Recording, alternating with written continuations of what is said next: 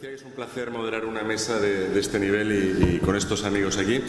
Y lo ideal es que vayan surgiendo cuestiones en la sala para que todos y cada uno de ellos puedan exponer sus ideas al respecto.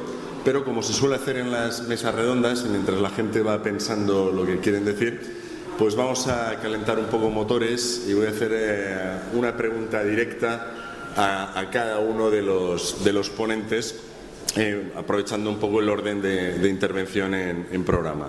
Entonces empezaríamos aquí con el profesor Trigo, y la pregunta que le formulo es sencillamente, acabamos de ver que, como tú bien has dicho, a pesar de la dura oposición de Grecia y de Sudáfrica, nuestra tasa de desempleo es la mayor del mundo.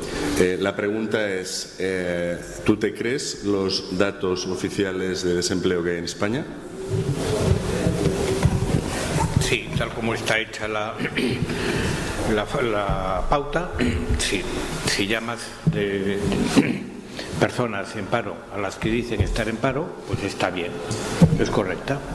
Lo que hay que ver es por qué están ahí, si esto es voluntario o no es voluntario, porque si es voluntario, entonces no es algo que deba de cuestionarse, ¿no?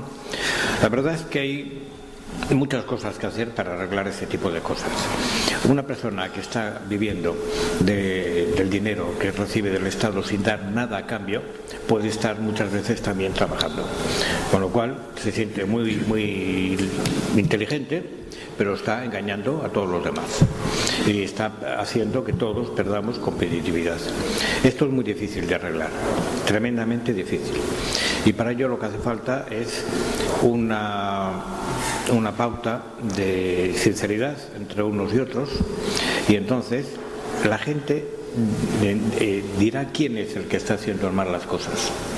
Ahora parece que el que alguien sea un chivato es un deshonor para quien lo sea, y hay que ver que si alguien está haciendo esto nos está fastidiando a todos. Ahora bien, si la persona que está haciendo esto no tiene otra alternativa, nadie quiere meterse contra ella, ¿no?, y fastidiarlo. Por lo tanto, necesitamos opciones reales para todo el mundo, y entonces el que quiera seguir ganando más que los demás saltándose las normas tendrá muchos delatores. Esto no es fácil porque hay que dar confianza. Esto lleva mucho tiempo, hay que dar ejemplo, que muchas veces es muy difícil, y los políticos no tienen tanto tiempo por delante como para meterse en algo tan arriesgado como esto.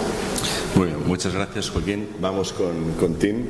Ahora, la verdad, estaría tentado de preguntarte que nos dieras una lista de piratas, pero como te tengo mucho cariño y quiero que no sufras ningún percance físico, voy a preguntarte otra cosa, ¿vale?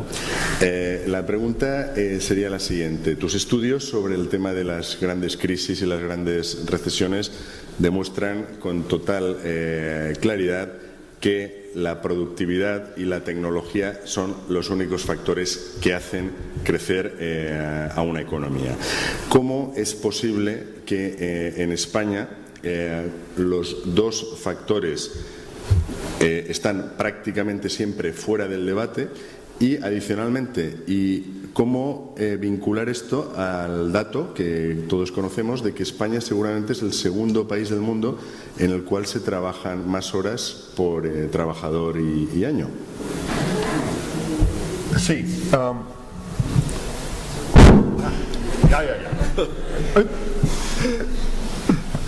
Pero voy a decir algo rápido de piratas, porque muy rápido. Hay piratas que son buena gente. Utilizo la palabra solamente para decir, estos son la gente que impide el crecimiento. Pero quizás algunos de ustedes tienen padres o familiares que son piratas. No hablo mal de ellos. No, en serio. El que produce una de estas páginas, de los millones de páginas que el profesor Trigo estaba diciéndonos, es pirata. El notario que te cobra tanto para poner un sello en un documento, él es pirata. Es que tenemos que eliminar. Pero ellos son buena gente, que tienen buenas familias, no quiero decir que... Y crean empleo. No productividad, destruyen productividad, pero ya. Pero entrar más detalles sobre piratas es peligroso. Sí. Pero España no ha tenido crecimiento de productividad, ningún crecimiento en productividad, 17 años. Pero Juan Francisco, tú sabes la respuesta a eso. Es porque en España para ser ricos hemos seguido la pista fácil, que era montar pisos, chalés, utilizando técnica antigua, la mano de obra barata, muchos de los trabajadores del este, del norte de África, de América Latina, son buena gente, pero no nos hemos puesto en competencia seria con el resto del mundo. Hemos seguido la pista fácil. Ahora, para salir de la crisis, tenemos que seguir la pista difícil. Y esto implica vender nuestros productos. ¿Sabes lo que es uno de los mejores productos de España? El turismo. Montar buen turismo aquí. Si estuviéramos en Barcelona, yo diría que Barcelona es fantástico para turismo, pero si andas por la Rambla en Barcelona, alguien te va a robar. Cuidado si vas allá. Hay carreteristas allá que saben cosas que no puedes imaginar. Pero es todo el conjunto. Tenemos que pensar, si hay un producto que se llama España, tenemos que aprender a venderlo mejor. A mi esposa le gusta mucho, Sara no, ella dice este es para la gente más joven, pero hay un desigual en Barcelona, en Minneapolis, es que España tiene cosas que puede vender en todo el mundo, pero tenemos que ponerlo más en serio. Durante el boom inmobiliario no teníamos que hacer esto, no teníamos que hacernos más competitivos en cada momento, utilizar la mejor práctica. Y es lo que tenemos que hacer. Esta es la salida de la crisis, ¿verdad? Muy bien. Muchas gracias, Tim. Y ahora para Finn, tú has estudiado muchísimo el tema de las políticas macroeconómicas. La pregunta sería, con toda tu experiencia, ¿crees que, tal y como se ha demostrado en la práctica, la mejor política estabilizadora consistiría en no hacer política estabilizadora?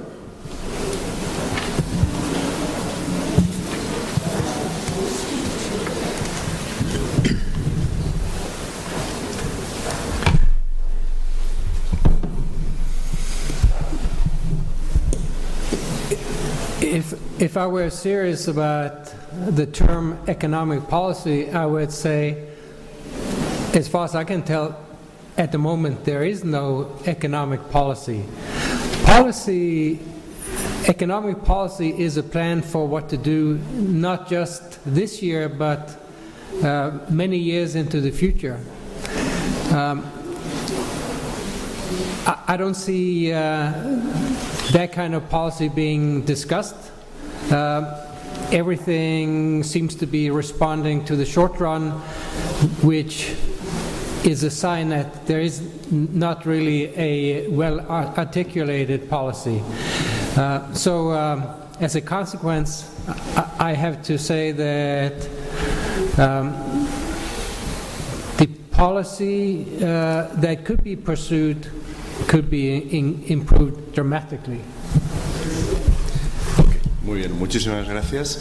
Vamos a dar ahora paso a la sala a ver si alguien quiere formular alguna pregunta. Yo lo que sí que les voy a pedir, como en estos casos, el tiempo apremia, entonces que las preguntas sean claras directas y muy cortitas, por favor. Me gustaría preguntar al señor, al profesor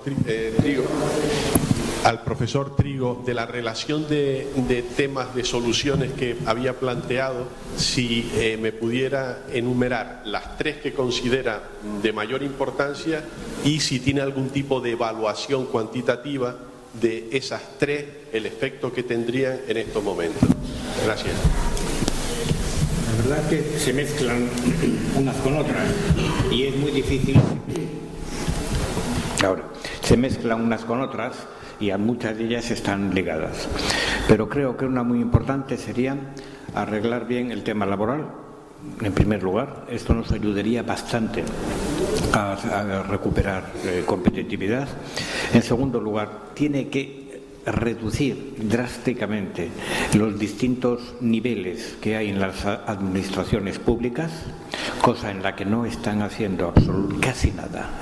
Solo las personas contratadas y que no han hecho oposición son las que están echando fuera. Si hiciera esta segunda, entonces se vería de verdad que están haciendo todo lo que hay que hacer. Pero esto es muy difícil, porque eso es su gente. Los que están mandando en los ayuntamientos y en las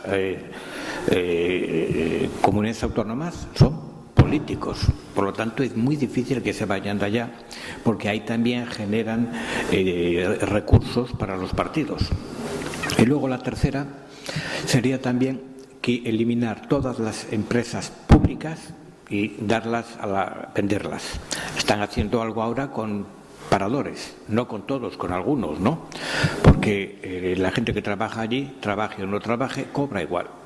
Si esto tuviera alguien que lo regentara, pues tendría mucho más interés en que esto fuera más útil, ¿no?, para todos. Creo que estas tres son las más importantes, sobre todo, no solo por lo que en sí supone de evitar gasto al sector público y obligar a los demás a que lo hagan mejor, sino sobre todo porque evidencia que va al fondo de las cosas. Muy bien, muchas gracias. ¿Más preguntas? Esta pregunta es para el señor Trigo, por favor. Yo soy el presidente de una fundación aquí en Canarias y quiero un poco transmitir también una reflexión que, aparte de los problemas económicos que hemos escuchado que existen en España, algo también bastante recurrente que se suele decir en estos casos es que también hay una crisis de valores.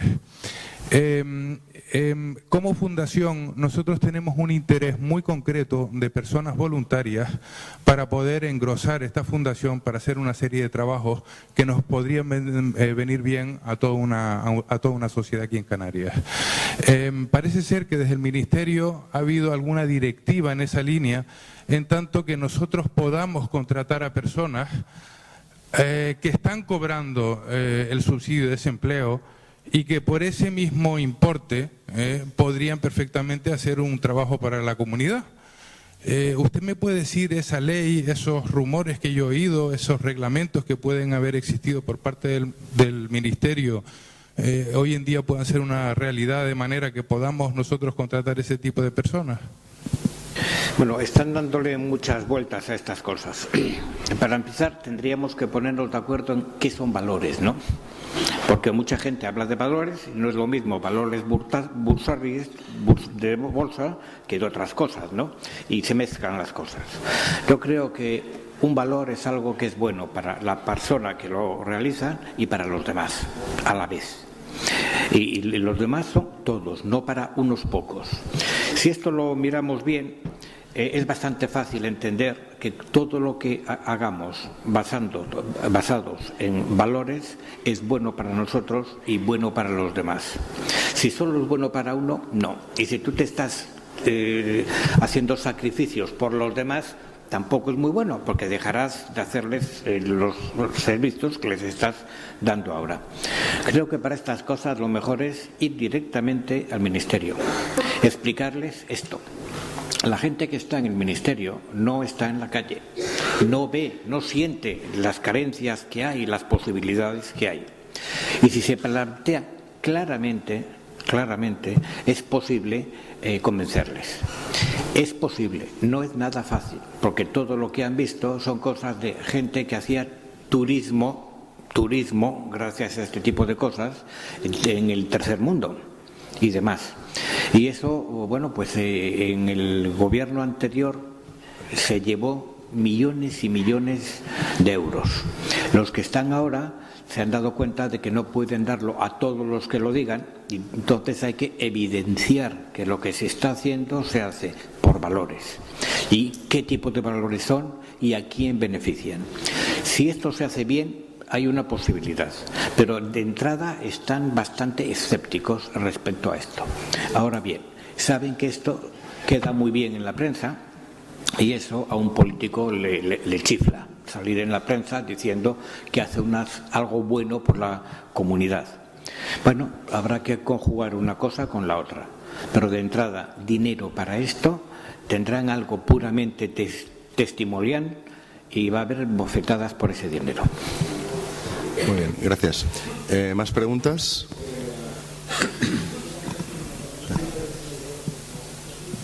Ahora sí. Bueno, mi pregunta es al Premio Nobel de 2004, Frank Cadian, y quisiera hacerle la siguiente observación, a ver si la comparte. Hay un organismo global, concretamente Transparencia Internacional, la cual hace un ranking de todo, o prácticamente la mayoría de los países del mundo, cuáles son los usos y buenas costumbres. En definitiva, saca el índice de la percepción de la corrupción. Si analizamos ese índice, vemos que los países que están más arriba, como son los países nórdicos, y usted como noruego sabrá de ello, Canadá, y sin embargo, si nos vamos a la parte de abajo, donde más corrupción hay, nos encontramos a India, Bangladesh, Pakistán. Mi pregunta es, ¿cree que hay una correlación entre esos usos y costumbres, entre cultura y economía y prosperidad? Y luego quisiera hacer una pregunta a Tim Keoe, que ¿cuál cree que debe de ser como máximo o el techo en el cual una administración pública de un país se puede endeudar? Muchas gracias. Ok, muchas gracias. Finn, primero.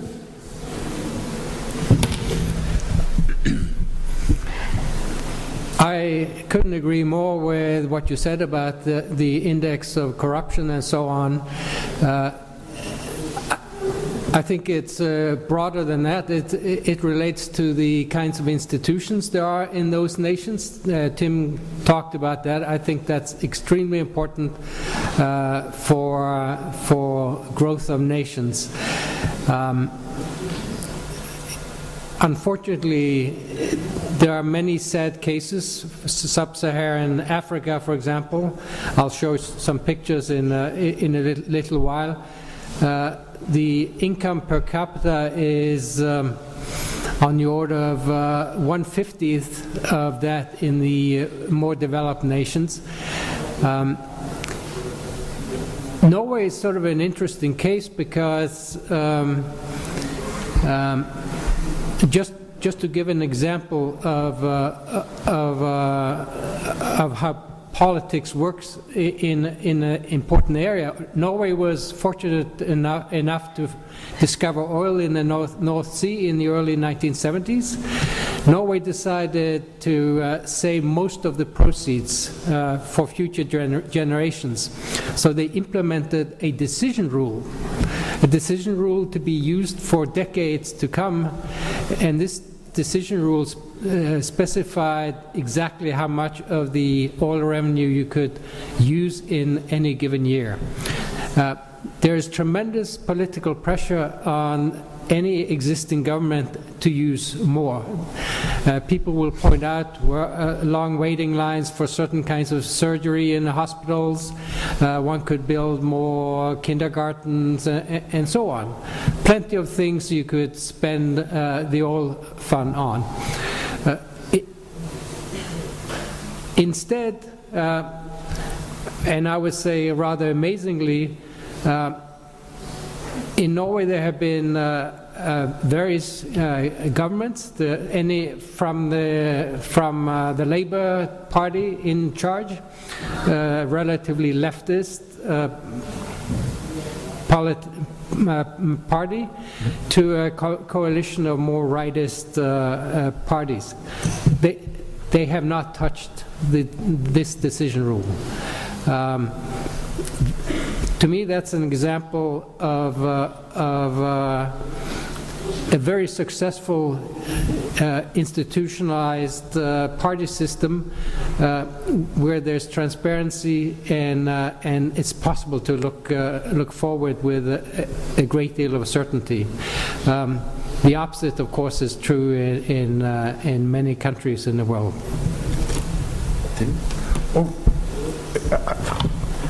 Estaba aquí pensando que estoy completamente de acuerdo. Es interesante. Tener petróleo debe hacer un país rico. En general, destruye el país. Tenemos que mirar a Venezuela, por ejemplo.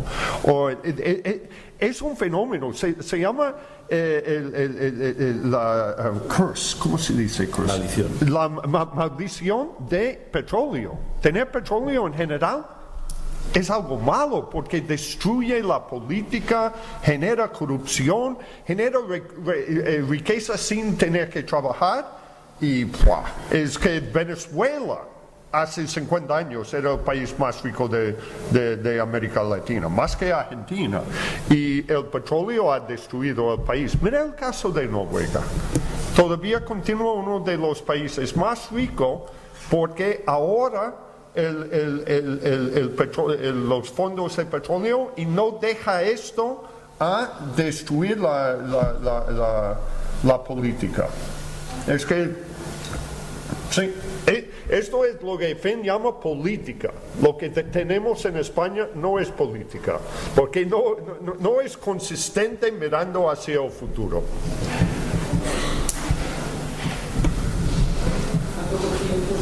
Sí, Tim, te preguntaba cuál sería para ti el tanto por ciento aconsejable máximo de deuda pública sobre PIB en un país.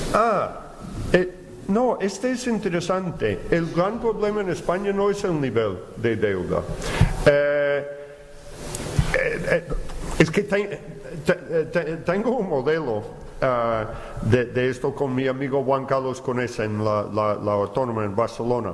El problema en España no es el nivel de la deuda. Podríamos llegar a 90 o 100% del PIB y mantenerlo sostenible. Es que es mucho deuda y más que España tiene en este momento. El problema en España es la trayectoria. Es que si miramos a otros países como Bélgica, es que tienen mucho más deuda que España. El gran problema es que los inversionistas no vean una trayectoria sostenible para la deuda aquí. Es que el déficit está explotando y no hay ninguna evidencia que esto va a ponerse estable. El problema en España todavía no es el nivel, pero si los déficits continúan, vamos a llegar al nivel peligroso. Es interesante, pero es algo que Juan Francisco mencionó. El nivel todavía no es el problema aquí, es el déficit, la acumulación de deuda.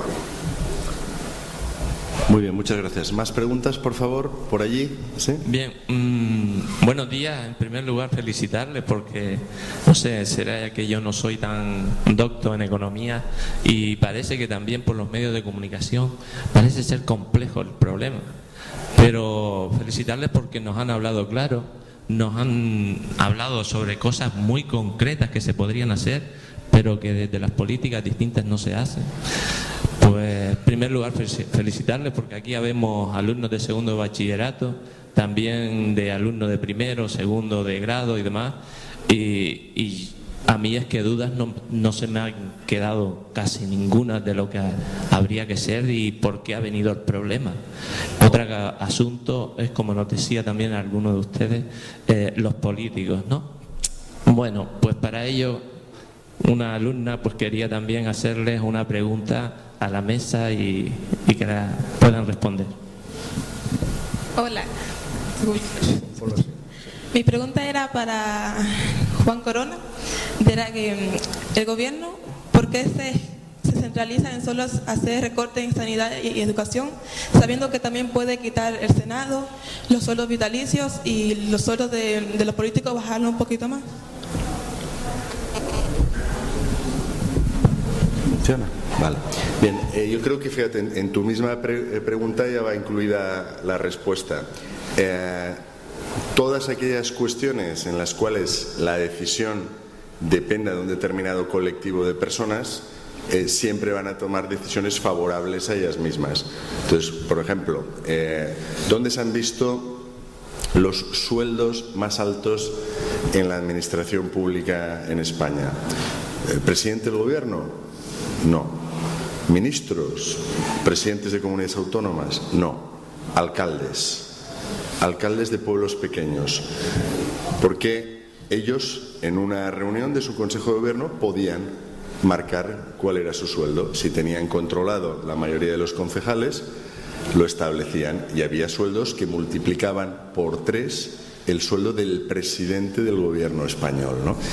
Bien, todo este tipo de cosas entra en la dinámica que decía Tim antes, que es verdad que la culpa la podemos focalizar, pero la responsabilidad en parte es de todos.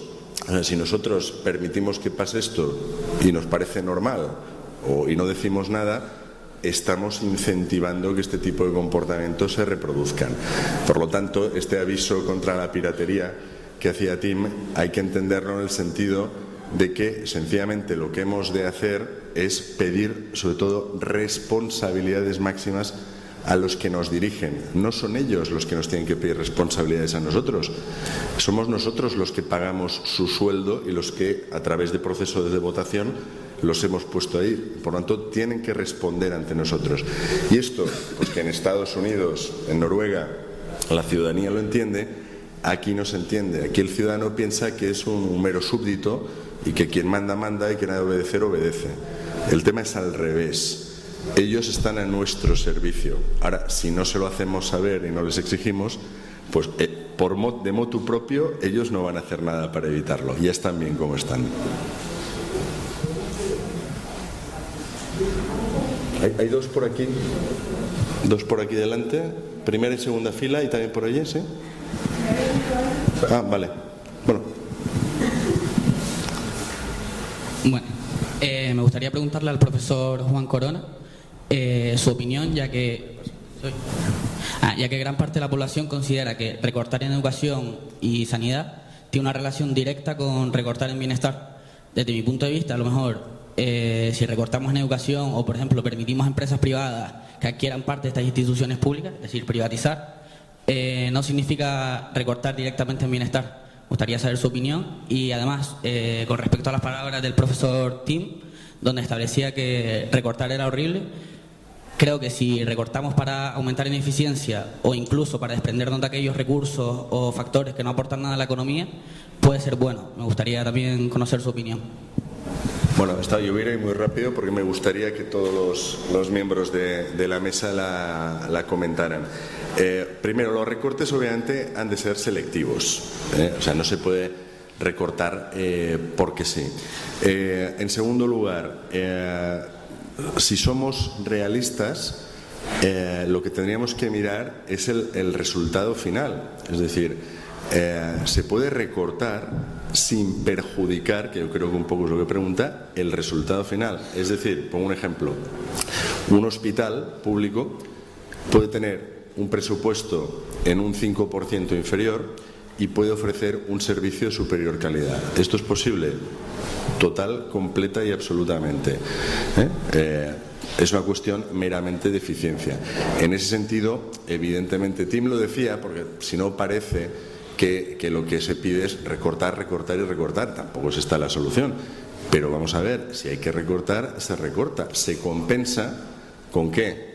Recuerden las gráficas de Tim, la de la productividad española, encefalograma plano, ¿no? Si fuéramos más productivos, pues con menos dinero podríamos hacer más cosas. El problema, como he dicho yo al principio, es que aquí cuando hay un problema la solución es vamos a poner más dinero. Hacemos una cosa ineficiente, vamos a poner más dinero. La respuesta es obvia. Tenemos más dinero siendo ineficiente. ¿Vale? Esta es mi opinión. Me gustaría que los miembros de la mesa, Finn, Tim, Joaquín, dijerais algo al respecto. ¿Quién empieza? Finn. Let me just say that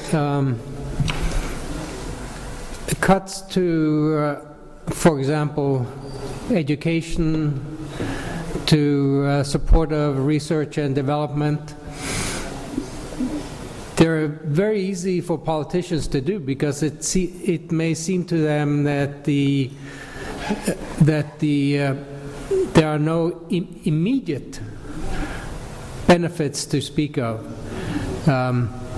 Now, that would be very short-sighted because long-run growth of nations depend crucially on high education level, and as Tim has emphasized, growth in productivity.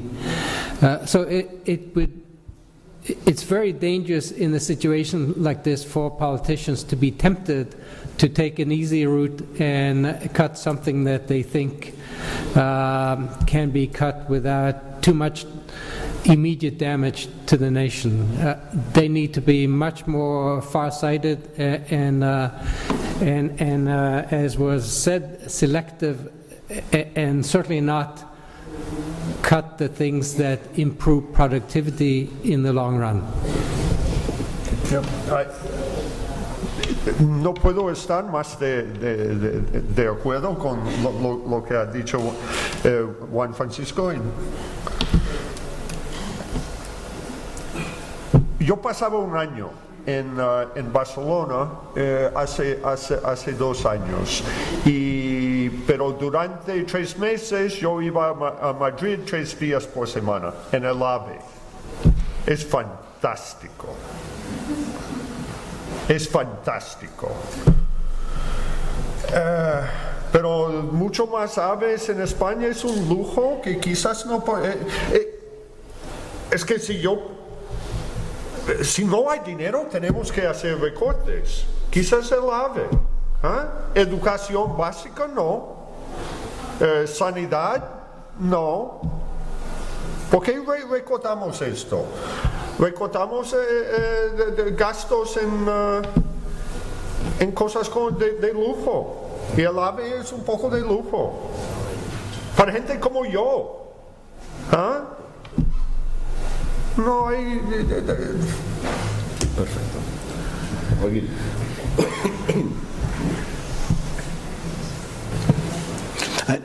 Hay muchas formas de hacer recortes y algunas son muy útiles.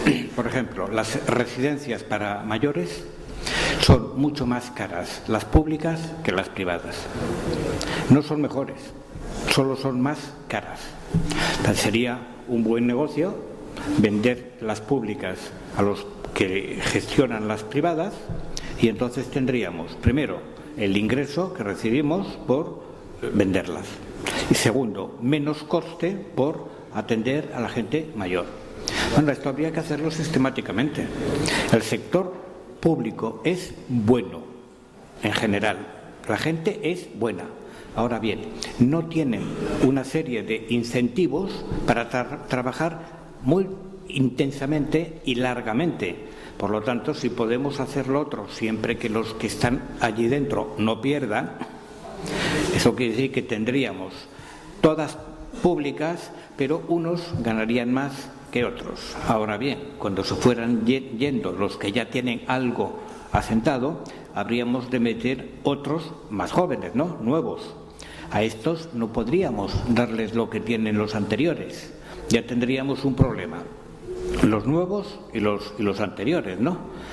Cobrando mucho menos tendrían que hacer muchas más horas que las otras. Pese a todo, esto es algo que deberíamos de hacer en beneficio de nuestros mayores y también de los ingresos del sector público. Muy bien, gracias. ¿Había por aquí ahora? Buenos días. Quería plantear la siguiente pregunta al señor Joaquín Trigo. ¿Cree usted que la dación en pago es una medida positiva que ayudará a no ahogar, por llamarlo de alguna manera, a las familias más empobrecidas y castigadas por la crisis, o que por el contrario empobrecerá al Estado y a la banca? Esto lleva un ratito. La hipoteca que tenemos nosotros es una hipoteca muy buena, porque tiene dos cosas. Uno, el compromiso de la persona. Es un crédito personal, que además lleva el piso o la casa del otro, ¿no? Y además tiene un tercero, el abuelo o el tío, que también está allí dentro. Gracias a esto, nuestras hipotecas han sido vendidas en toneladas al resto de Europa. Ahora, imaginémonos que en lugar de tener esto, que tiene estas tres garantías, tenemos uno que solo tiene una, la vivienda. No, pues va a ser mucho más difícil colocarlas. Como hay más riesgo, tendría que ser mucho más caro, y los jóvenes que quisieran comprar su vivienda lo tendrían mucho más difícil que sus padres o los abuelos. En Estados Unidos está la mortgage, que no es igual que una hipoteca. Es un préstamo con garantía real. Por eso dejan la llave y se marchan. Claro, si nosotros hiciéramos lo mismo, ¿qué pasaría? Hay una ley sobre las hipotecas que está preparando el gobierno. Una de las cosas que incluye es esto, lo que usted dice, hacerlas como en otros países. Bien, si hiciéramos esto, tendríamos primero un agravio comparativo con los que ya tienen la hipoteca ahora, porque a ellos les pueden exigir, no bastará con dar la llave, porque ya es un crédito con garantía personal. Y en cambio los nuevos sí que podrían tener esta ventaja.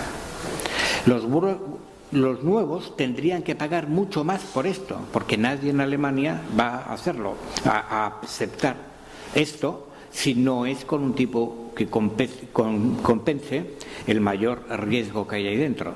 Así que es una cosa tremendamente complicada. En España tenemos la tasa de propiedad de viviendas de las familias más alta del mundo, cerca del 90%, es el 88%, una cosa así. Por eso muchos extranjeros, cuando vienen aquí y quieren comprarse una casa o un piso, quieren que sea un banco de aquí el que se lo dé, porque en su país, donde fuere, en Alemania o en Inglaterra, les sería mucho más caro que aquí, a pesar de que aquí ya nos parece muy caro, ¿no? Así que es una cosa tremendamente delicada lo que usted dice. Se puede hacer, para el gobierno estaría muy bien, pero la banca ahora está tratando de quitarse de encima todo lo que tiene, porque si viene el otro no podrá tener esa parte de garantía personal. Así que tendremos que estudiarlo con muchísimo cuidado.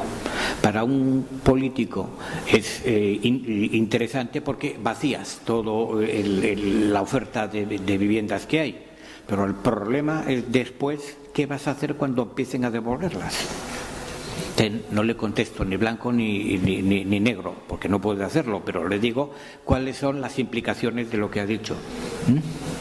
Muy bien, muchas gracias. Vamos a hacer una última pregunta porque el tiempo sí nos obliga. Adelante. Buenos días, muchas gracias a todos los ponentes. Yo soy economista y viendo la situación de mi país, creo que escuchar a los políticos es precisamente prever lo contrario. Nos dijeron que no se iban a subir los impuestos, automáticamente se subieron. Nos dijeron el ministro que era técnicamente imposible que España fuera rescatada. Y vamos por el segundo, ¿no? El segundo rescate. Hay una fuga de capitales que es alarmante. Se habla mucho del desempleo, pero no se habla de que el capital de España está escapando por el miedo brutal a que en España suceda otra cosa que es imposible, ¿no? Que nos dicen que es imposible que pueda pasar, pero viendo la cantidad de cosas imposibles que se han dado en tan poco tiempo, bueno, pues nos dicen que no puede haber un corralito. Nos dicen que en España los depósitos están garantizados, que hay una ley de garantía de depósitos, que ya sabemos lo que cubre, etcétera, etcétera, pero la gente no termina de creer esto porque realmente no nos transmiten esa confianza ni sabemos si esto realmente puede suceder o no. Mi pregunta a los ponentes de la mesa es si realmente, sobre todo al señor Finkielland, que es gran conocedor del caso argentino que desembocó también en esta situación, pues España se puede ver en una situación parecida a esta o no. ¿Qué pasa con el capital en España y con esta fuga de capitales que estamos teniendo tan importante? Muy bien, si os parece, como es una pregunta muy interesante, vamos a pasarla a todos los miembros de la mesa. Finn, ¿empiezas tú? Bien. Well, I admit I don't know enough about Spain to make that kind of prediction. I think one can learn a lot from what happened in Argentina, and in fact I will say a little bit about it in my talk.